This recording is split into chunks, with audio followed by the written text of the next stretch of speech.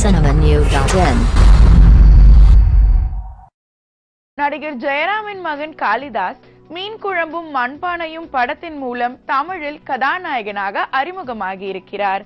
அடுத்து அவர் நடித்திருக்கும் ஒரு பக்க கதை வெளியாக உள்ளது. காளிதாஸின் தந்தை ஜெயராமும் அவரது தாய் பார்வதியும் நடிகர்களாக இருந்தாலும் மகன் காளிதாஸ் சினிமாவில் நுழைய முடிவெடுத்த போது அம்மா பார்வதி மகனுக்கு ஒரு நிபந்தனை விதித்தாராம். படித்து ஒரு டிகிரி சான்றிதழை வாங்கிய பின்னர் தான் நடிக்க வேண்டும் என்பது அந்த நிபந்தனை. அம்மாவின் ஆசைப்படியே லயோலா கல்லூரியில் டிகிரியை முடித்த பிறகுதான் நடிக்க வந்தேன் என்று சொல்லும் காளிதாஸ் இப்போது மலையாளத்தில் பூமரம் என்கிற படத்தில் நடித்து வருகிறார். மேலும் சினிமா செய்திகளை தொடர்பு கொள்ள லைக் மற்றும் சப்ஸ்கிரைப் செய்யவும்.